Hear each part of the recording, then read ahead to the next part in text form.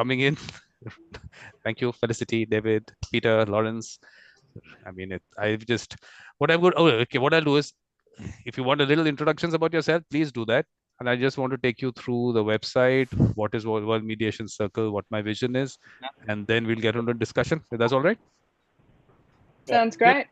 Good. Felicity, a little bit about yourself. Yes, a little bit about me. I'm on the Gold Coast in Queensland, Australia, and I've come from 25 years in therapeutic and education industries, and I've moved into mediation fairly recently, really, as a new career path, and bringing in all of that, working with children and families into my mediation practice. So that's where I come from. My therapy work is based in arts therapy and working with children in trauma-informed therapy, trauma-informed mediation. So that's a little bit about me. We'll get into more about yourself, but we'll do a little one. Yes, David, a little bit about yourself.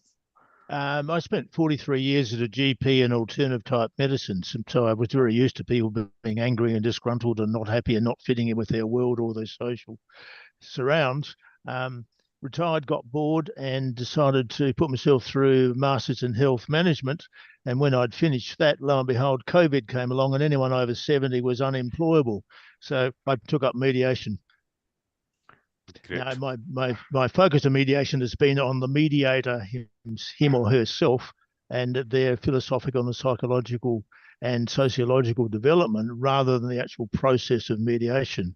And one of the first articles that inspired me to start writing, which I've done almost monthly for the last 5 years for the Resolution Institute, has been Lawrence Bull's comment about the concepts that make a good mediator, which were in Bowling and Hoffman's article in the Negotiation Institute.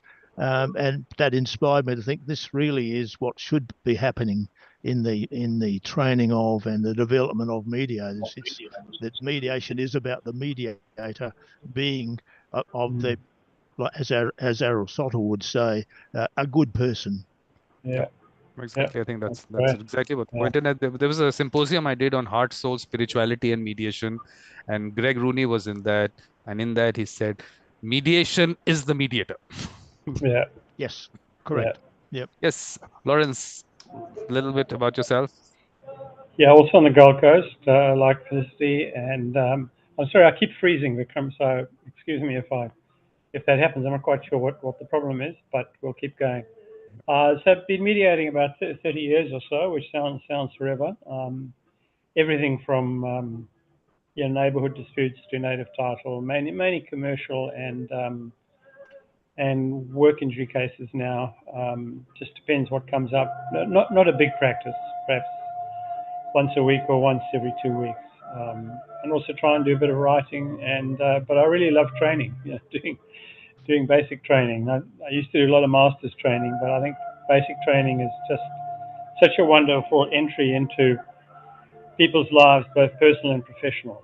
And it's a real honor to be at that level of education. So, but Lawrence, don't mind at some stage of when I talk about training, I mean, there are certain things that I put out there. So please don't get offended. If you do, please tell me. Tell me. We'll discuss it. But this training aspect does come up in the discussion that I have. So we'll definitely talk about it. Great. That's great. Yes, Peter, please. Okay. I've been a mediator for about 20 years. First 10 years was sessional work community mediation in New South Wales. And for the last 11, 12 years, I've been full-time family dispute resolution.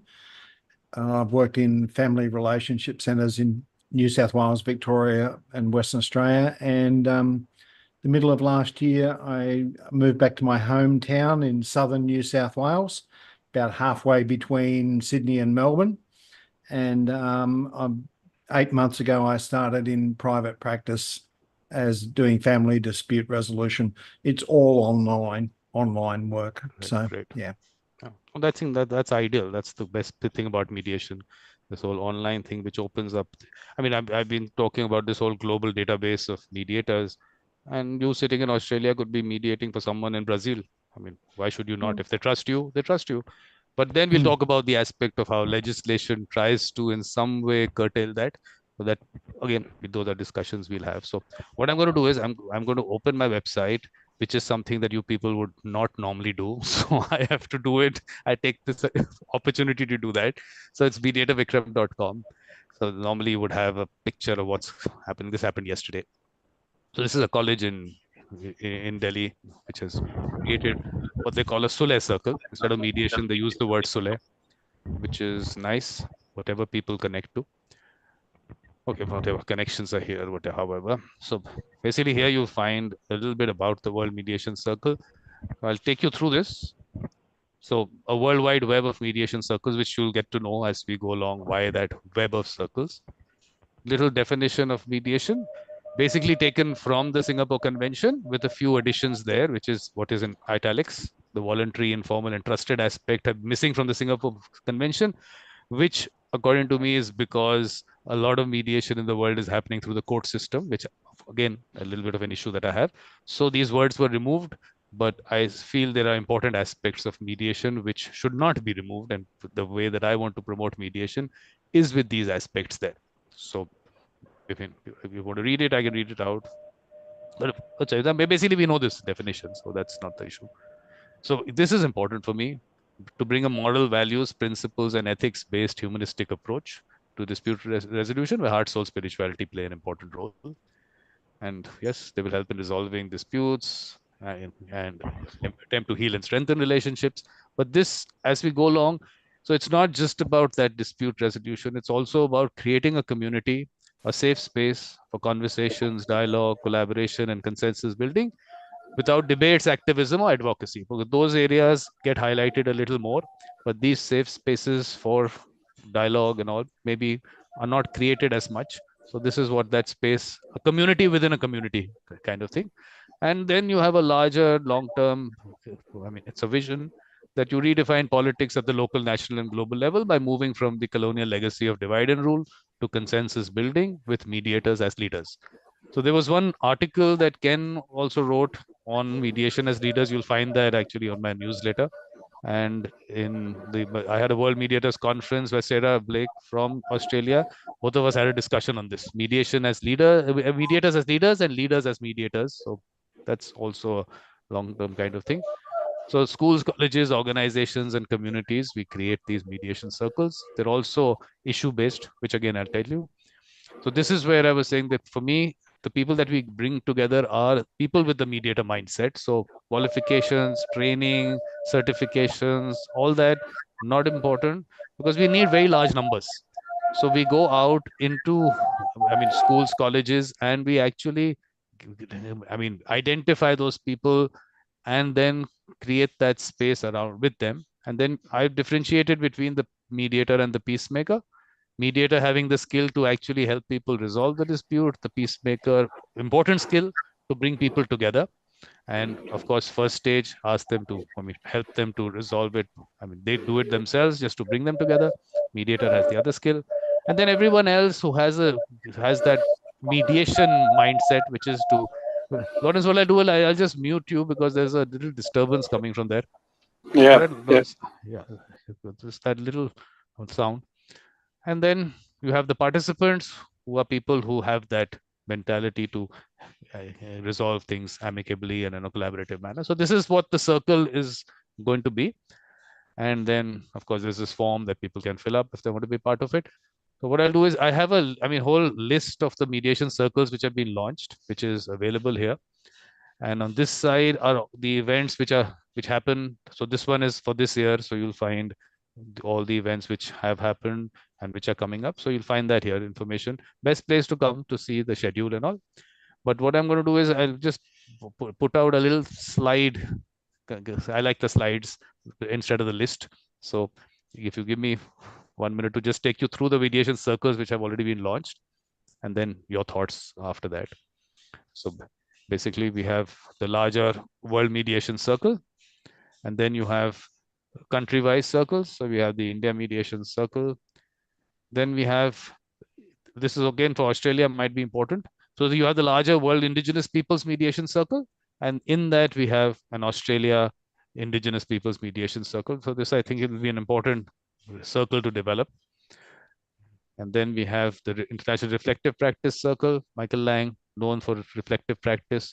So we have a gathering today at 8:30 India time. If you people want to come in, same Zoom link, please come in. He's going to take us through what a reflective practice group does, because he creates these reflective practice groups. And we've earlier also done a session where his Irish reflective practice group had taken us through what they do in a session, because I just want the people of all the circles to be able to develop their own reflective practice circles within the circles, so that people can come together and discuss their experiences, learn from each other, because largely everyone is practicing on their own. Maybe, like they say, it's a lonely profession. Whether it's a profession or not, that we also discuss, whether it's a way of life or a profession or whatever. Those are things we've discussed. Then we have the International Commercial Mediation Circle. So we'll similarly have an Australia Commercial Mediation Circle. Then we have one on the Sustainable Development Goals. So mediation and mediators have an important role for the achievement of those goals. So similarly, we'll have mediation circles for each of those goals. And then you have the goal number 17, which is collaboration. So definitely mediators and mediation have a very important role for that. Then we have the World Refugee Mediation Circle. Similarly, every country to develop a refugee mediation circle where there. Then we have the International Organization Mediation Circle. The idea is that every organization should have a mediator. I am saying for an outsourced mediator, but to develop capacity within the organization to identify those people. So similar concept, identify those people with the mediator mindset, and to be able to develop that culture within organizations. So that has to happen. And then we have the International Family Mediation Circle. So similarly, Australia Family Mediation Circle. One is people who practice or want to practice in this area. I am saying at the end, we need to create a mediation circle in every family. So that is the larger vision. This is a game that Massimiliano, he's based in Italy, has developed for people to experience conflict resolution. So it's a card game kind of thing. So he goes around Italy and has these little sessions where in schools, I mean, organizations, also communities. So it's just step by step. So he just tried to put that whole resolution process into certain steps. So it's like you have these kinds of cards that you have, and then they take you through that. So again, we'll put this through into a little PDF which can be circulated and people can experience the game. Then you have the Global School Mediation Circle and the College Mediation Circles. So similarly, to develop each every college school. And all the launches, the recordings are all available on that section that I showed you on mediation circles. Please watch it because Ken Cloke's words of wisdom, I just feel that that's why I tried to put it out for everyone to watch. Everyone should benefit from that. Then environmental, climate change, natural disaster, sustainability, all of them down to the local level, global level, we have to develop them everywhere. And then, so issue-based, so right now, Israel-Palestine is, of course, in discussion. So this is something we put this together. We've already had some, I think, 4 gatherings. The 5th and the 6th one are happening on 5th at 4 p.m. India time, which I think might be convenient for you people. If you can come in, same Zoom link, the schedule you find on this website. And Barbados, this is that college I told you, they've put this up together. An interesting thing, one of the college students, he spoke about how in his own family he's been mediating. So I think this is also important to put out. The people have that skill. Artificial intelligence, lots of work here, lots of work to be done here, because I mean, again, we'll come to that whole training part of it. But I feel that if you can train someone to be a mediator, then actually artificial intelligence can do a better job, because it has access to so much more material. And we did some kind of sessions where we, let's call it role play. We actually did that with ChatGPT. And it works quite well for people to have a first responder kind of situation available to them in their house every day. So that's a lot of work there. Then we have, after the launches, we have gatherings. So this is gathering number 1. We do a get together of the World Mediation Circle on the last Friday of the month. So I'll put the time out there. And Turkey happened, and Israel, Palestine. This is a book that I told you Massimiliano has written about his game also and how he's been working. So you have Ecuador, then the community that I live in here, Ghana. And there's a book that Ken has wrote. There's a series that I have, which is called Talking Books, because some of us don't read them. and that applies to me. So we just discussed the book with the author. So please watch this new book about that he's written, coming from his large experience, things that he's spoken about, which we'll also discuss that maybe later. This was my YouTube channel anniversary. Then Greece, then another book that Sherry has written, France and Ireland, Kazakhstan, then again Ecuador gathering, Greece gathering, Italy, we just did that. Australia is happening now. Then we have I told you the session that's coming up. 8:30 might be a little late for you people, but if you can manage, please drop in. Then we have France gathering coming up, Peru, then USA, whatever, Pakistan, India gathering, Poland, and some more happening later. So the overall idea, just giving you what the larger concept is. Now Felicity is going to take us through what it's all about, what you have understood. Look, we've had long conversations on this, so please tell us about it. Thank you, Vikram. Well, we have had long conversations about this, and I think what resonates with me is safe spaces for discussions without debate, without activism or advocacy. And I feel very strongly about this, that there should be places where we can gather and have conversations without fear of reprisal, if you like, that people can have an opinion, they're allowed an opinion. But that doesn't mean that they should be necessarily judged for that opinion, that there are opportunities where we can come together, where we can have a discussion, and in that discussion come to new understandings and further our knowledge and our understanding of the issues that it is that we're talking about. And I think Australia has a lot of issues that would benefit from such discussion, and I'm very much looking forward to being able to have some of those discussions in this forum. Great. Let me also tell you people that there are no charges, you don't have to pay anything to be part of this, but you have to create at least one circle, and I would say one circle every month, maybe every week, but you have to create a circle. If you don't, then we'll talk about charges to be part of it. So whatever that circle might be, it might be a school, college, community, organization, whatever. So please, a circle. So yes, David, your thoughts. I don't have a problem with anything that you've said, and I like the concept. As I often say, mediation can be a lonely existence because of the locked-in confidentiality, non-sharing sort of scenario. So other than peer supervision, we have very little other than that in South Australia, other than an annual Christmas party where everyone's too busy talking about everything else except mediation. So this sort of thing is quite useful. Great. So the reflective practice part of it resonates with you, but also creating circles in schools, colleges, communities, that thought also you give us. So Lawrence, please. Yeah. Thoughts.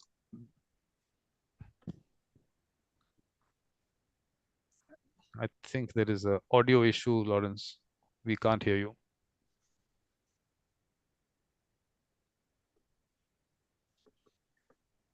Should I bring in Peter up till then? If Peter's there. Peter, do you want to come in, share your thoughts? Yeah, I'm just watching.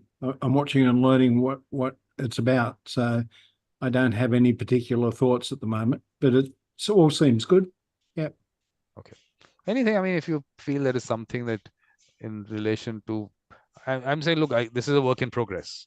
So definitely we'll keep refining it. We'll all work together. It's the larger vision that I put out there, and definitely with your experience, you'll have something more to add, and that's the way we'll grow. So that's been the way that the things have grown. So Lawrence definitely has a little bit of an audio issue. So yes, Felicity, I mean, in terms of creating these circles, do you see any issue there, or how? Okay, Lawrence here. Lawrence is there. Sorry, yeah. No, I mean, I'm also here to listen and to see what your ideas are. And yeah, I mean, a couple of those I'm particularly interested in. I'm writing some some things on refugees at the moment, which is a really vexed issue in this country. So I'm interested in that, and of course climate. The more one reads about climate and the environment and so on, the more problematic it is. I never listen to parliamentary debates for very good reasons, but for some reason today I just had the radio in the car on, and just heard some appalling debates on climate, and it's not only climate actually. It's all sorts of related issues in the federal parliament, and the need for getting people together. There's quite an interesting group here called Australian Parents for Climate Action, and they try to be as impartial as possible and to talk to all sides. And I think all of us, have views on these issues, whether it's refugees or climate or Gaza or whatever. And sometimes, we have the best intentions, but it is sometimes hard to have that civilized kind of discourse. So I think, even for those of us who've been in this area for a long time. So those would be some of my areas of interest. No, because that's what there was a mediator from Israel in the first gathering that we had, and she was saying that before I came in, I mean, in a way, I was shaking as to what's going to come out, but Yeah. no, we were able to talk about it. But more importantly, it's one is of course talking about issues. The other is to be able to get to the grassroots and create those circles within every school, every college, and let them have that conversation, and let that whole conversation grow from there. And as we go along, I mean, maybe those circles can actually influence things at the local, national, global level. So it'll be maybe a slow process, but that's the way I looked at it. That let's start from there, because those spaces I think are not being created as much as they should be. Definitely, people are. I'm sure they're doing that kind of work. Everyone will be. So let's get them in. I mean, let's get everyone in. The idea is to be as inclusive as possible. So, and like you said, the refugee part of it. So we should be creating an Australia refugee mediation circle, but at the same time, down to the local level, because integration of refugees into society definitely is an important area for every country. So whether people are sensitized to that and people have that experience working with refugees, so we'll get them in to have that conversation. But there was someone we had a conversation with, which is a show called Mediator Experiences. So she was working at the Ukraine-Poland border. So her experience with refugees coming in from Ukraine. So we'll get experiences from around the world, and that's hopefully it'll develop. So, yeah. I wonder, Vikram, if we might have a discussion about how we all feel mediation is received in Australia, and how mediation is used, and is it used effectively, and ways that we see mediation might be used more readily, or the education around mediation being improved. I'm wondering what we all think about that. And whatever's happening in Australia, I think, is happening everywhere. But look, I've had lots of these conversations on these aspects. So do, if you can find time, just go through that website. And each of the year, there have been various symposia. So each topic we've picked up. But yes, we should have that discussion right now also as to what the situation is, because there are common issues. And let me put it out before you people start, or maybe I can put it up later, what my thoughts on that are. So I think maybe you people can go first, because it just should not mean that I'm trying to push these thoughts that I have, but these are based on lots of conversations. There have been about I think about 700 videos on my channel, which means at least 700 conversations on record, behind the scenes, whatever happens. So there is a lot that has come out from that. I've tried to dig a little deeper into every place, because a lot of people talk about the US being a very mature market in relation to mediation. So I've had conversations on that aspect, digging deeper. Has it really developed? What are the issues there? So, but let's go through Australia. So, yes. So, Felicity, what do you think? So we'll start with you. Okay, well, I'm in the family sector, family law mediator as a FDRP. And I think my experience of it so far is that for the most part, at least in my local area, and amongst people that I know, their first point of call, if they're looking at a separation, is to receive advice or to go straight to a lawyer. That what they need to do is to go straight to a lawyer. whereas the law in Australia has been written that mediation is a mandatory component, I think, for 20 odd years now. And so it surprises me that the word on the ground hasn't reached yet that mediator is an essential part of the process of separation. And I suppose I am beginning to look for ways to spread that word and to, I suppose, create an education forum for our local communities to actually experience and benefit from mediation as a first point of call, rather than thinking from the beginning that they need to get straight into litigation. It's been a long time now that the law has been written to reflect that. And I'm wondering, there are a couple of other FDRPs here. I think, Peter, you're working in family. Do you find the same thing? Yeah. What it is that a mum and dad separate, they've never heard of mediation, and they instantly gravitate to the lawyer. Okay. And just having started in private practice, I've figured it out that lawyers, if a lawyer gets a mum and dad case or dad or mum case, the lawyer has a potential for litigation, and that client is worth an awful lot more money to the lawyer as a litigation case than what they would be if that lawyer was a mediator and does the mediation and resolve it. And just something like Google Ads, right?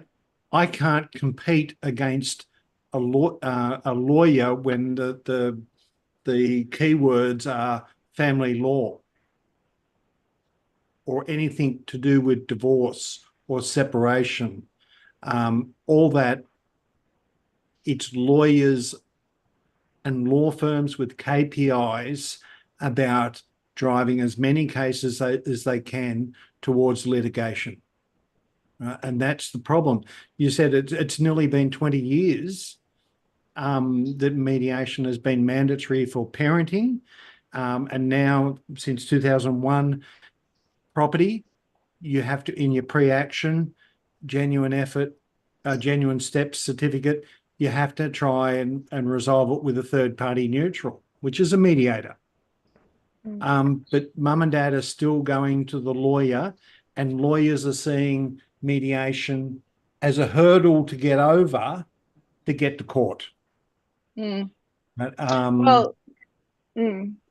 that's I'm hearing where cases, Peter, where some lawyers are just ticking the box without actually engaging in any mediation process with their client. And when I get to speak to them after, I say, well, tell me about your mediation process. And they don't even know that they've had one, which is exactly what you're saying, that it's considered a hurdle by many, not by all. You know, I'm aware of some lawyers. I shouldn't be putting all lawyers in the same box, but there's a lot. I had a lawyer a week or two ago tell me that it's not the mediator's job to build rapport with the clients. That's the lawyer's job. And the mediator should only come in at the mediation that the lawyer has organised, which is like, and this lawyer that said that to me is a barrister that is also qualified as a mediator. So this is what I was saying, that about digging a little deeper. So I'll talk about the US situation because I tried to dig a little deeper there. So basically, the way mediation, like you just said, everyone goes first to a lawyer, and then they go into court, and then they're sent into mediation. And on the panel in that court, there are certain mediators who are kind of doing it for free. And they are doing it for free, thinking that they'll be recognized by lawyers and they'll get some private work, which of course doesn't come. But the whole concept of them controlling the process, for me, that's not really mediation. So, Lawrence, I'll just put you on mute because there's a little bit of disturbance. No, it's okay now. So basically, they control the process, and I call them settlement conferences. I really don't call that mediation. And that kind of gives a bad name to mediation itself, because finally mediation would develop if there was word of mouth on the good experiences people had. and that is not a good experience. One, the first thing is the judiciary definitely is inefficient. In certain countries, people think 3 years is inefficient. In our country, it's 20 years it takes. So everyone has their relative concept of what inefficient is.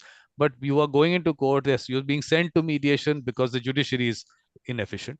Then you go into that mediation, you are told that the judiciary is inefficient. So why don't you settle? Because it'll take you so much time, it'll cost you so much. The whole concept of the way that mediation has developed, definitely we have to change that, and the culture of mediation has to develop. But again, the US concept, so there's this mediator who was in the court system, and of course not recognized, didn't get any private work from mediators, from the lawyers, and finally then decided to move out of the court system, and he developed his practice, which was good. But then he goes around, he went to the Beverly Hills Bar Association, he goes there every year, and he says, every time I come here, I see new faces. And his thing is that, look, people come in and again come into the court system and they think they'll get recognized, get private practice, they don't get any work, get disillusioned, move out. Whole new lot comes in. So the only people who are benefiting from the whole process are the lawyers. And the mediator is getting nothing in that system. So it definitely needs to change, and the first port of call definitely has to be a mediator. So that's why the idea of developing these circles was that first connect to a person who's around you, someone you can trust and in some way are connected to, maybe like a college. So in a college, we are identifying those people with that mindset, telling people, look, this is someone who helped so and so to resolve something. Could be very simple, could be just a fight within those students, but someone resolved it. Oh, they get to know, okay, this process works.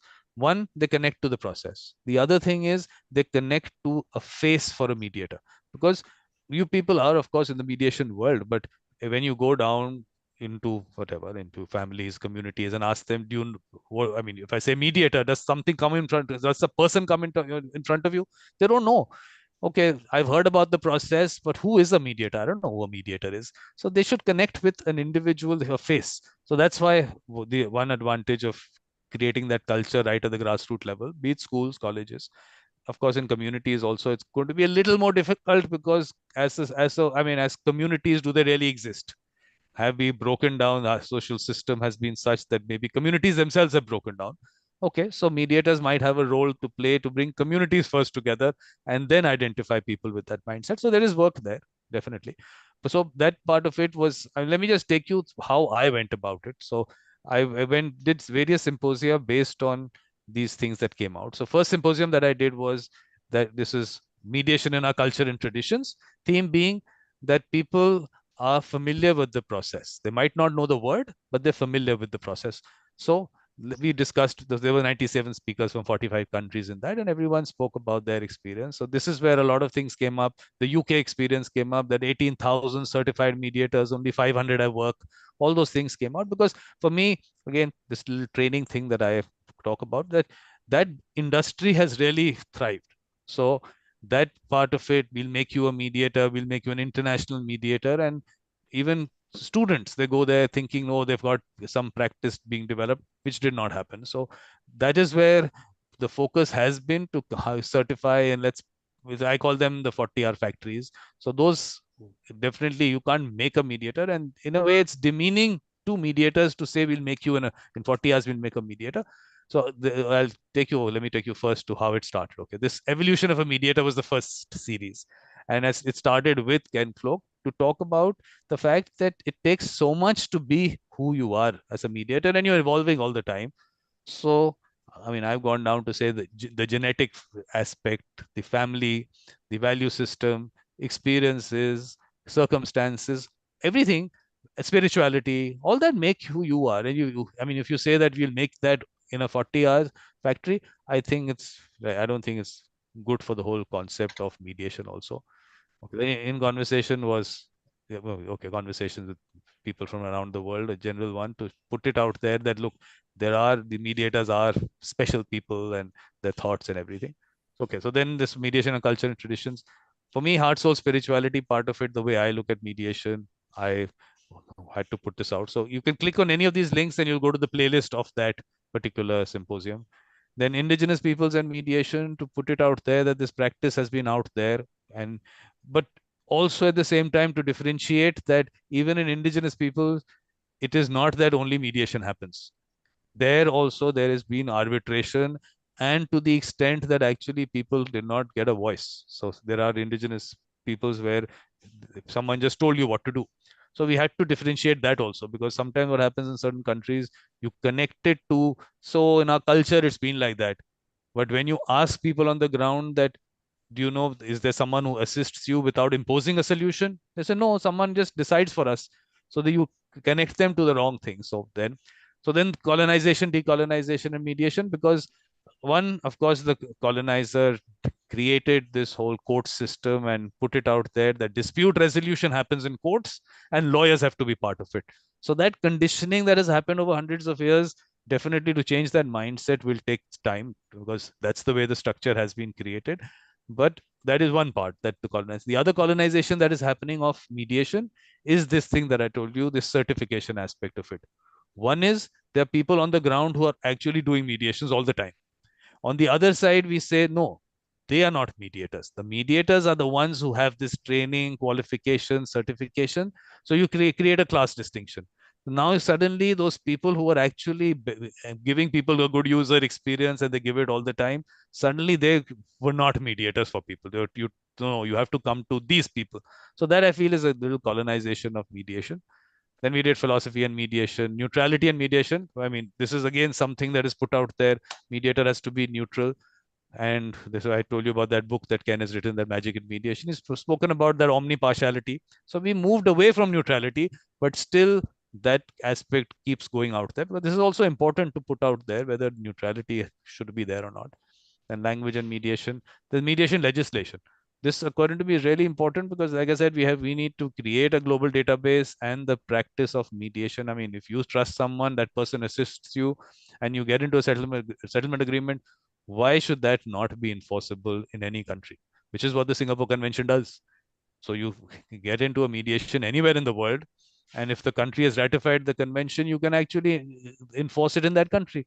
And that's the way legislation should be. I mean, you should not, this whole concept of we'll create these certified mediators.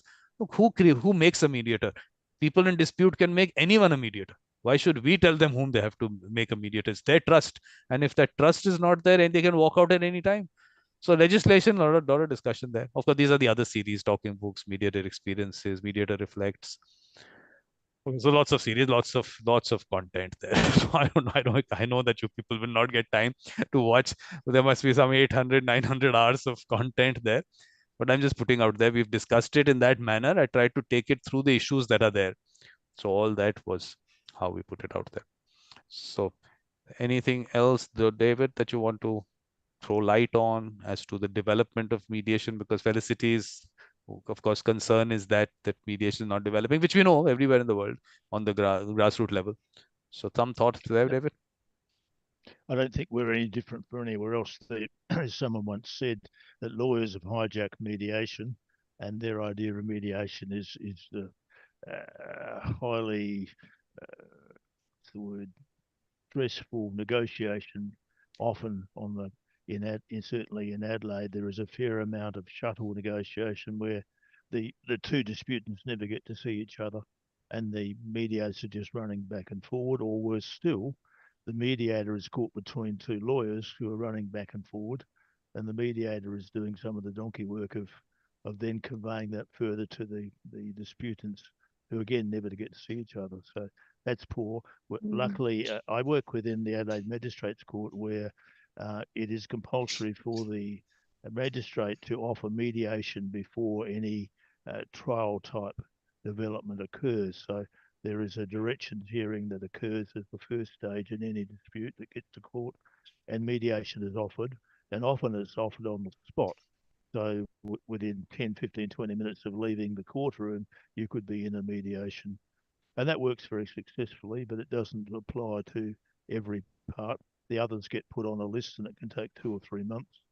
And mediating a fresh case is quite different from mediating one that's 2 or 3 months after the court experience. That's been brilliant, but it still is always controlled by the lawyers, and they certainly don't practice mediation or the spirit of mediation that I've come to understand. And in the background, I blame the training organisations who see training as a cash cow, or it is the golden egg. And they push people through at a huge rate of knots, charging $3,500 at least for a 1 week's course that only teaches a facilitative process, and that's it. And you're just left. Now, very few of those people actually get a job. The statistics in Australia are horrible in terms of the number of people that do a mediation course that end up getting some sort of paid employment. The only ones that seem to get it are those who have been sent by a legal body, a legal partnership. They're sending one of their partners to become a mediator so they can hang a mediator board on their front desk, and or if they're employed by the government. The rest of them, not a chance. So I blame them as pushing people through unfairly, and I suspect unethically, promising or hinting at a promise of work at the other end when it doesn't exist.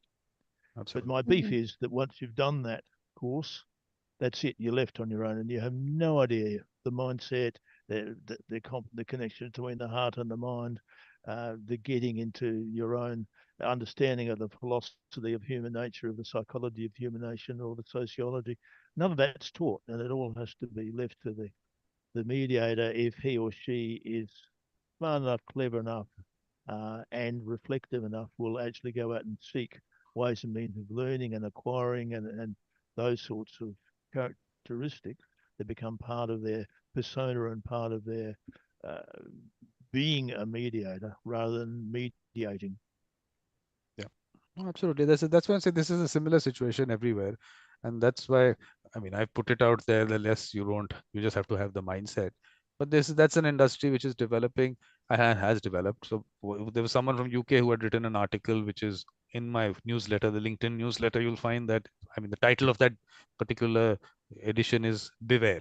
So he wrote that article, which is what you're saying. Basically, that's how it is out there.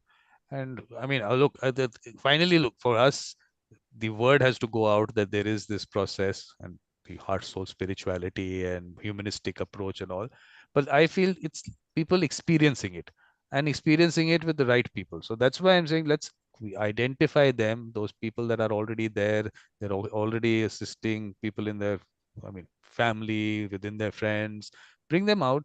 And then if skill development has to happen, lots of content, like I said, is already available, but we'll put out a whole, if you have to put a structured program, we'll put a whole structured program and everything will be online because let everyone access it. We can do that. Not a problem at all. Skill development, not a problem, but I just feel skill development happens with practice.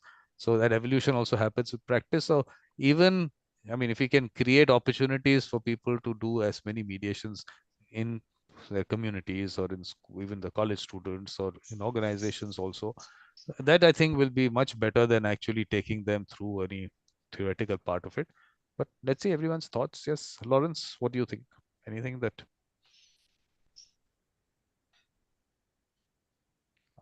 I think, Lawrence, there is an audio issue. I think maybe you've connected to the wrong mic.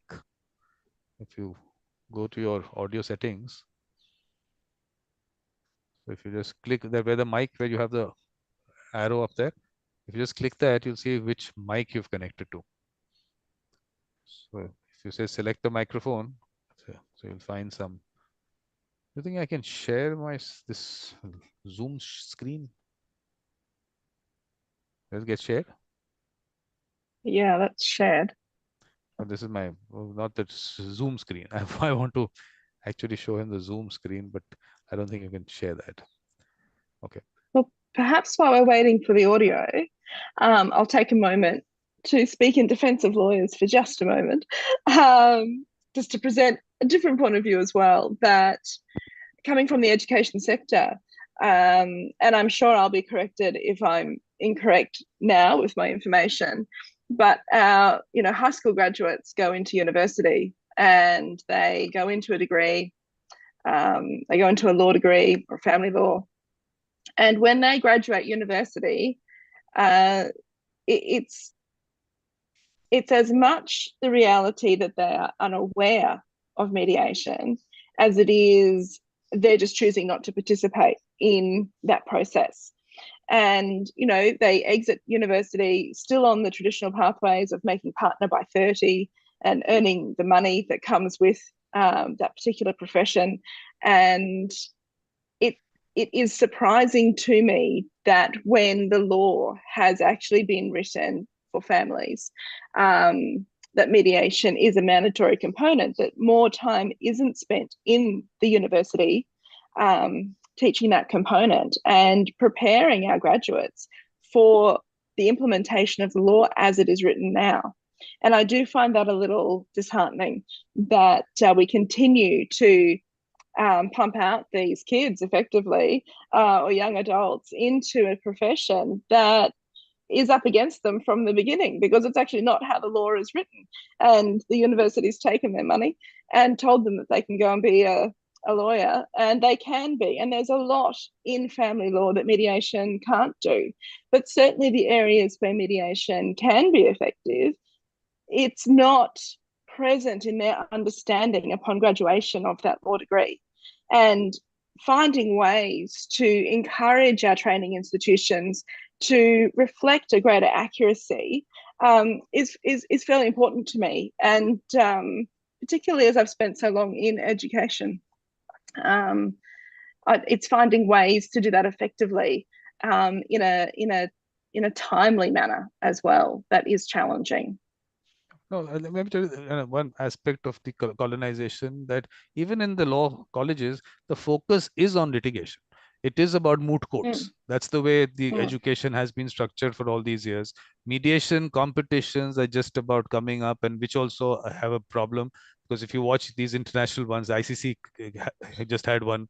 If you watch the recording of that session, it's the lawyer sitting there with the client, and then it's like what they call an opening statement, and all the words have come from the court system.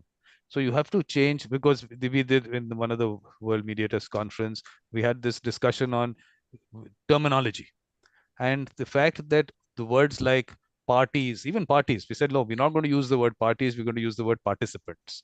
We're not going to call it opening statement, it's orientation. So the language has to change. If the language changes, the process is looked at differently. So everything has come from there. We just have to create another world, which is a lot of work. But let me just get Lawrence in. I don't know whether his audio is working. Lawrence, is your audio working? Okay, let me just put up this.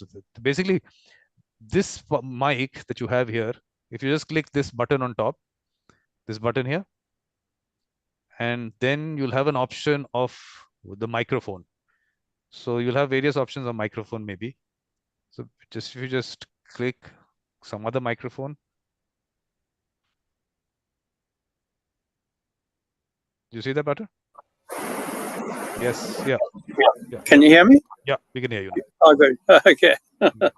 Sorry about that. Look, so many themes. I'm not sure where to start. And I think one of the problems is when you've been in it as long as I have, one of the slogans is everything old is new again. So, I mean, all these points that have been raised, I think, are very relevant. But you know, some of them have been around for a long, long time. So, just to pick up on a couple, I mean, mandatory dispute resolution goes back to the, you know, in this country to the mid 80s in all sorts of areas. I mean, it's mandatory everywhere. Like it's through legislation, contract, court rules, court referrals, etc., industry bodies. So I kind of, to me, that's just a non-issue anymore. Whether it's good or bad is another thing, but it's there all the time. I can't actually comment much on Peter and Felicity in terms of family, because I left that about 10 years ago, so I don't practice in that area. But I just find it very hard to generalize about lawyers, and I think Felicity touched on this a bit. Yeah, I think some of them are outstanding, you know, and it's not true that people rush to lawyers. Our Productivity Commission did a massive survey about small and medium enterprises and found that only 30% when they had a legal problem went to lawyers. So there's 70% who don't rush to lawyers. Now, it may be different in family, but I'm a bit out of that. And so I think there's enormous diversity, and I find it, you know, quite hard to generalize at this stage. And yes, there are different models of dispute resolution. So when I'm doing work injury matters, these are the lump sum claims. it's very much distributive bargaining. It's the haggle, you know. But every now and again, you're able to bring an interest up, which in a sense changes the whole tenor of that.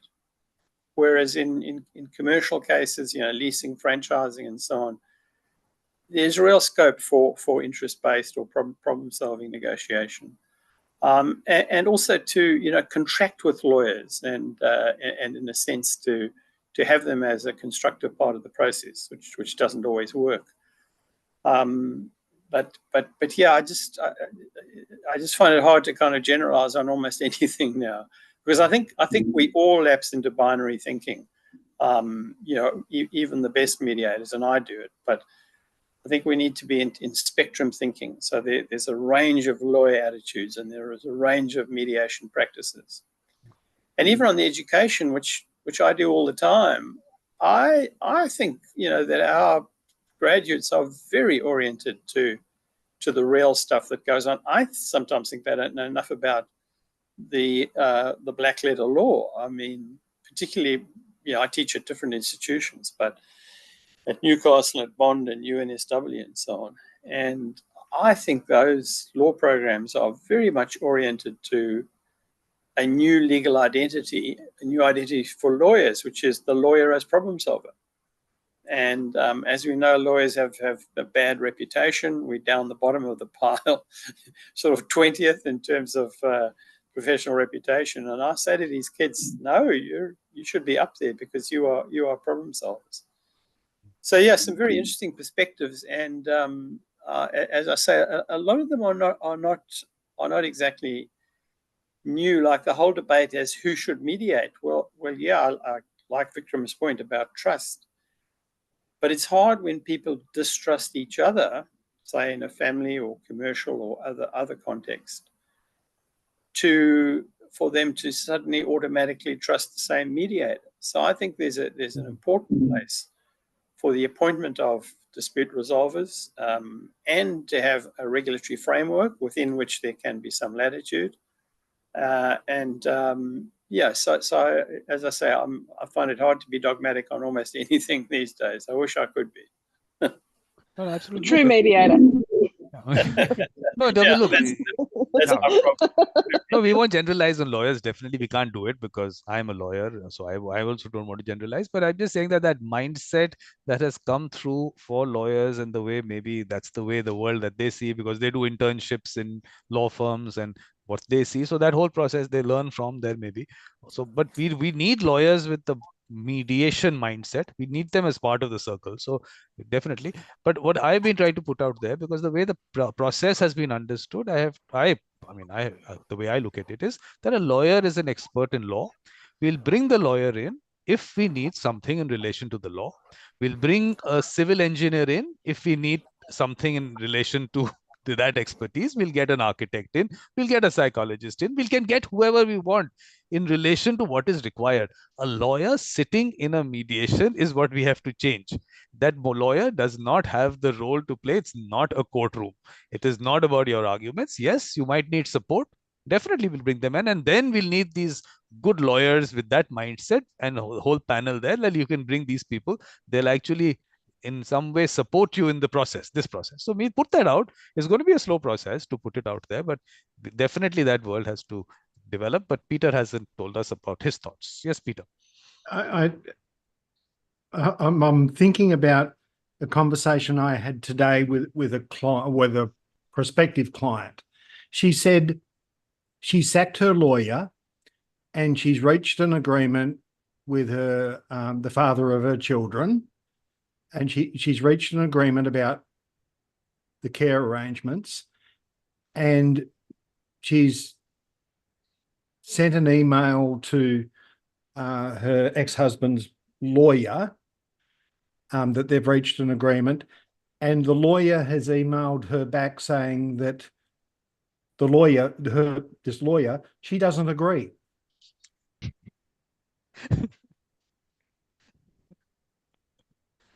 What should I do? I can't get his lawyer to agree. He agrees, but his lawyer won't agree. And I'm sort of like, That's not how it works. And this is a big issue. I'm telling you, the lawyers, I also, in relation to a mediation, there is a settlement agreement, which is the whole draft is sent by the client to the lawyer. There is a junior lawyer who was part of that, who supported us as a mediation, but it was sent to the partner because this was a litigation which was, I mean, the whole case was about 14 years. It had gone through the court system, gone through an arbitration also, arbitral award challenged in court. So a lot of history there, and a lot of money had been made by the law firm. So that draft went to the partner, and they definitely tried to they put in some things there which could not have been agreed on. Definitely. So it would have been the end of the mediation. But because I was there, I was able to, I mean, being a lawyer maybe helped, but there's the fact that I could take them through that this sentence is not required here, whatever way I could. So we could go through that whole process. So this is an issue we'll face. I mean, lawyers are going to create a problem. So that's why maybe it's about people seeing the process in a different light, or maybe as they go along, experiencing it with the right people. However, it has to happen, but the whole concept has to change. Definitely has to change. But just on Peter's... Yeah. Okay. Sorry, just a quick one. I mean, Peter's predicament, it seems to me, is a classic one where we shouldn't be looking for an answer. We should be looking for a spectrum. And so, Peter, this is, I don't know how helpful this is, but I would say it ranges from just giving up, walking away, to shifting the process and speaking individually with the lawyer, or speaking with the lawyer and their client, or bringing all parties into a, into a joint session, or seeing whether another mediator might be appropriate. Right, full spectrum is to reporting the lawyer to the Law Society. And I don't know which it is, but I just find thinking along a spectrum is really part of our problem-solving mindset. Vikram used the word mindset, which I really like. And so, which of those might work? It depends on the people, on the issues, on the strength of the client, and of course sometimes it's the other way around, where the lawyer is the problem solver and the client is actually very, very positional. So I've had your situation before, and I don't really know the answer other than to kind of muddle through along the spectrum to try one option, and of course in classic dispute resolution mode, what are we looking for? I mean, that's a positional claim of the lawyer. So what are the underlying interests? One is, professional status. The other is a concern about being sued by the client at a later stage. Another is, upholding a certain kind of persona. And so we kind of the other is being displaced by the by the mediator as the kind of the professional in the room. And you made that interesting comment earlier about the barrister said it's not your job to establish rapport with the mediator. I mean, that's a fascinating insight, and I think some of that, it's hard in the case you're involved with, but some of that we can regulate with the our terms of engagement. So my terms of engagement are very clear. I can speak with anyone I like at any stage without I have absolute discretion in that regard. It's that intransigence is a real challenge, but I think the thinking kind of softens the thud in the solar plexus when that's what you hear. So strength of that. But Felicity, you were saying something? Oh, I was just wanting to, I suppose, would you say, Vikram, that what you're trying to say is that lawyers are experts in the law and they should be utilized when an expert in the law is required? Absolutely. Mediators are experts at mediation.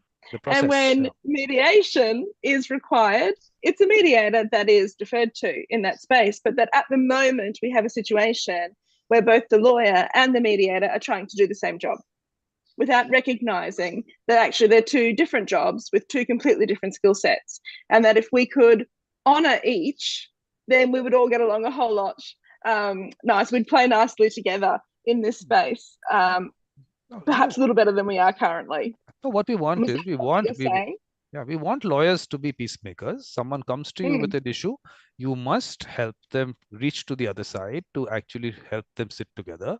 But if they cannot resolve it, then you bring in a third person. If you, as a lawyer, have that skill, please do it. I mean, we're saying that yes, you must attempt to help them resolve it, and that should be your primary objective. Your primary objective is not to send a notice to the other side with all kinds of allegations, and you make sure that the relationship is spoiled at that moment. That's not your job to do. Your job is to see that yes, things get resolved. If that is the mindset that we can create with law students to start with, damn good. That's the way we need to do it. But Lawrence needs to leave in 5. Anything that you want to, Lawrence, you want to say before you leave? No, fascinating. And as I say, these debates are not new, but it's nice to have fresh perspectives on them. So yeah. No, now great initiative, Vikram, and yeah. I'll keep in touch with the whole project. Yeah, and it's not going to be discussions now. Now it's going to be work on the ground. Now everyone, by the next gathering that we have, and we'll have a gathering every month on the same day, which is today is the what Wednesday is? Today is the last Wednesday. Last Wednesday. So on the last Wednesday of the month, at the same time, let's meet and check who has created which circle. However, all you have to do is, even your children or anyone around you, just tell them that, ask people in your school or your college, is there anyone who helps other people resolve disputes or fights or disagreements or misunderstandings, whatever word it might be? Just ask them that question. Whatever names they give, let's bring them into a conversation and ask them what they did. And if we can record that little whatever experience that they've had, let's start putting that experience out there, that this does happen. Someone can help you and someone has done it. This is someone you know. This is someone in your college itself, in your school. And that's how that culture we start growing from there. So that's our focus, Lawrence. Now it's about actually getting down to the grassroots and getting them to experience it. And then from there, they know that this is their process. They can bring whom they want. And of course, to resolve things, experiencing a resolution helps them definitely to learn a lot about, of course, interaction and everything. So that's what it is going to be. So each one has to, at least, if you can, one school, one college, one community, one organization, if you can, try and create a circle there. And circle is that's identifying these people and what are we doing? This is an informal process. We're just trying to put a little structure around it so that the community develops. Does that sound all right? That's terrific, and thanks so much, Vikram. Sorry I have to leave, but thanks to everyone. It was great to catch up and meet new people as well. Thank you for coming in. All the best. Lovely to meet you, Lawrence. Yeah. So thank you. So David, any thoughts on this, on the grassroots part of it, creating a circle? No, that's fine. Yep. You're going to do it. Yes. Okay. David's going to do it. Peter's also going to do it. Felicity, we have to make sure that we have to push them. We have to push them. No, Felicity, you have to take you're going to take that role also. Yes. Well, David, what sort of circle are you going to create? Yes, that's the question. Thinking. Do you have? I mean, are there some children around you, some in school or college or anything? Anyone, your family, in your family? I think I've actually I might have accidentally started a circle last week. I don't know if Felicity has seen me in Facebook groups or anything like that or not. Have you? Or no? Not yet. Anyway, yeah. Last Monday last week, I established a Facebook group called FDRP Community of Practice. And then I got onto LinkedIn and I messaged every FDRP that I could find. And at the moment, it's about 120 FDRPs in the community of practice. But it's basically a circle of sharing ideas and how can we move the FDRP profession, which is a specific field, family mediators, how can we move that forward as a profession? Can we share knowledge, skills, tips, everything? Okay. But, and I think it fits with this concept of circles. So Yeah, so look, thing is, the idea is that look, these things are happening. Practitioners get together, and in this case, like we have a say in Australia, family mediation circle. But the idea of the larger thing was, look, it's not like an organization that I'm creating, or we have that any hierarchy that we're creating. We're just saying that everyone is doing this. If we're just putting an umbrella there, and you're saying, look, we're part of a larger concept, and then in every country, whatever experiences are there, you share each other's experience, learn from each other. That's the whole idea behind putting it all out there as maybe as country wise or local, because there's so many people with that mindset out there, but they never come together. It's because this is not it's not encouraged by anyone. I don't know whether some schools or colleges are doing it. They don't encourage people to come together and sit and have a nice objective conversation. No, let's have a debate society. Let's have in college, let's have moot courts. So it's the whole focus has been on that part, and that's the way then it translates into politics, because that's the way politics has to be. You have to have a position and you have to fight for your position. But if we can change all that over time, the whole mindset itself, that look, that's not the way politics also has to happen. Consensus building can happen.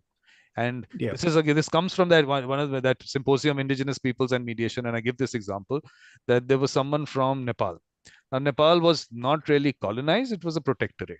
So that colonizers' culture did not seep down into the villages as much. They didn't start controlling that part. So he was from a community, which is called the Tharu community in Nepal. And he says, in our community, it was always consensus. Even our leaders were chosen by consensus. And then now, I mean, quite recently, the politicians came in, political parties came in. And then they started saying, this is my candidate, this is your candidate kind of situation. And they broke that community up. So that's the way things have happened. And now we have to go back and try to develop that whole consensus building atmosphere. Again, maybe not easy, not going to happen in a day or two. It is a long-term project, but this is just kind of creating that little foundation at the local level, bring the right people together, and then national, like you said, in each area, and then that whole global international family mediation circle for that area. So I think it all fits in, according to me. Yep. So we're meeting on the last Wednesday of March. Yes. And Sam, we'll have some experiences. Yes. We'll bring in more people with that mindset. And I'm saying these are not people who are, as we call, practicing as mediators professionally.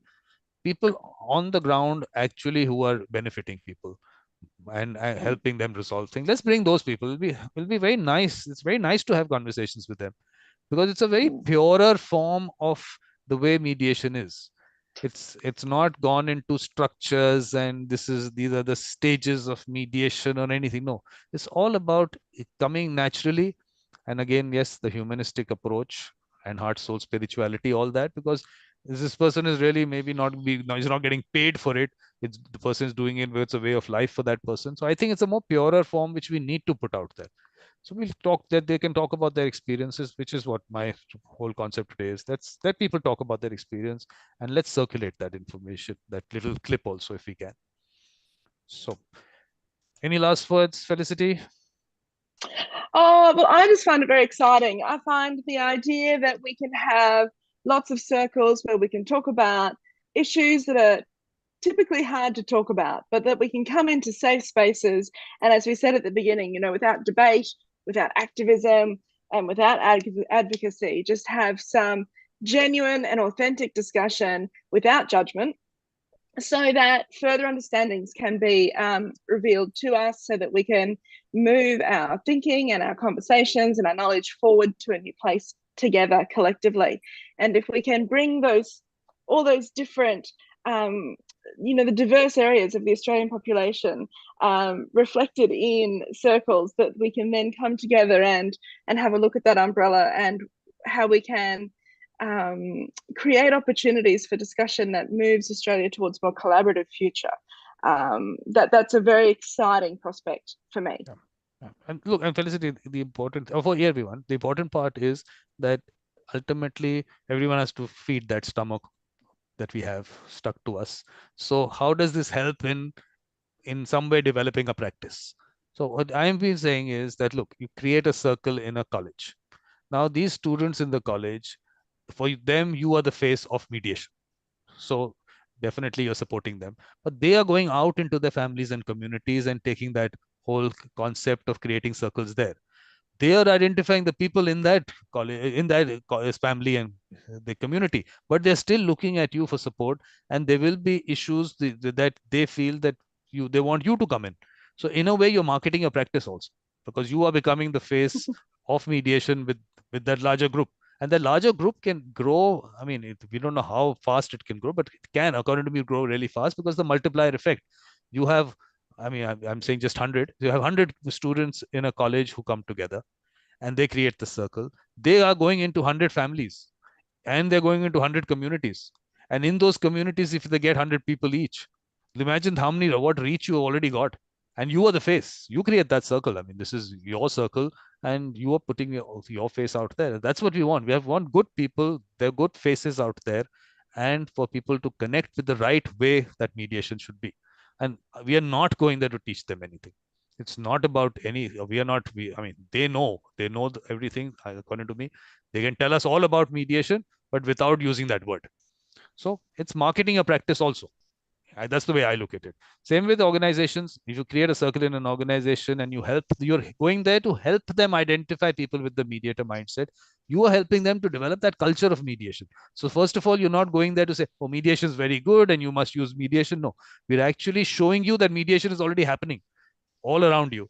And we are developing capacity within your organization and helping you experience that those people who have that mindset sit in a meeting which is happening, and you have a external stakeholder in that, and this person within the organization who has the mindset, who's sitting in that meeting or could be contract drafting and brings that mindset, is going to help the whole meeting itself. It's the help the contract drafting. It's not going to be all about one lawyer against the other again. This is about looking at interests and everything. They'll experience it, and then there will be issues that maybe they want you to come in. So that then that organization has people who are living in communities, they are in families, they take it out into those communities and families. So you can actually spread. Of course, you're spreading that whole. I mean, you're spreading mediation through experience, but also developing a practice. So that's another aspect if you look at it from that perspective. Yeah. So, David, some last words? Not your last words, but last words only in this session. Lots to think about. Yeah. So good. So next time we meet, there will be lots more which will happen. We can always, I mean, we'll communicate throughout that month also if there's anything that, and let's bring more people in. So Peter, your last words.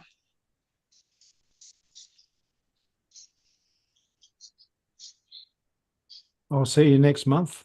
Great. Last Wednesday in March. See you. This time is all right. I mean, this time is all right for you people? Is this convenient? Yes. Yeah. Yeah, perfect. It works. Perfect. Great. Thank you very much. Wonderful meeting you. Thank you. Thank you. And we'll see you next month. See you.